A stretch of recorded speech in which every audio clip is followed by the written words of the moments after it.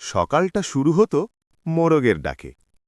মায়ের গলা ভেসে আসত, এই বাবু, স্কুলে দেরি হবে।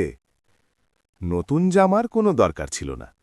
গত বছরের প্যান্টটা একটু ছোট হলেও সেটাই ছিল আমাদের স্টাইল। খালি পায়ে হেঁটে যেতাম স্কুলে।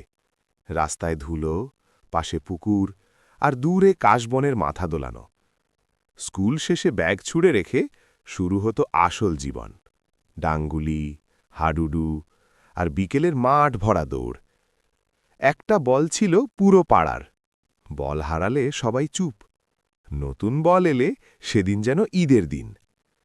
সব বাড়িতে টিভি ছিল না। যার বাড়িতে ছিল তার ঘরে ভিড় করত পুরো পাড়া।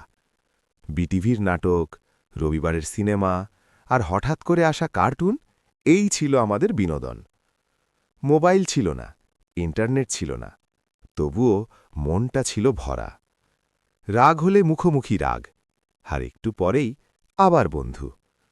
রাতে পড়তে বসে জানালার বাইরে চাঁদ দেখা। বিদ্যুৎ গেলে কুপির আলোয় দাদার গল্প। ভৌতিক গল্প শুনে গা শিউড়ে ওঠা, আর মায়ের ডাক, ঘুমা এখন।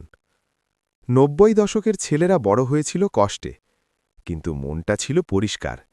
স্বপ্ন ছিল ছোট, কিন্তু সাহস ছিল আকাশ সমান। আজ সব আছে, তবুও সেই দিনগুলোর মতো মন ভরে হাসা আর হয় না। কারণ ৯০ দশকের শৈশব ছিল ডেটা ছাড়াই ফুল স্পিডে চলা একটা জীবন।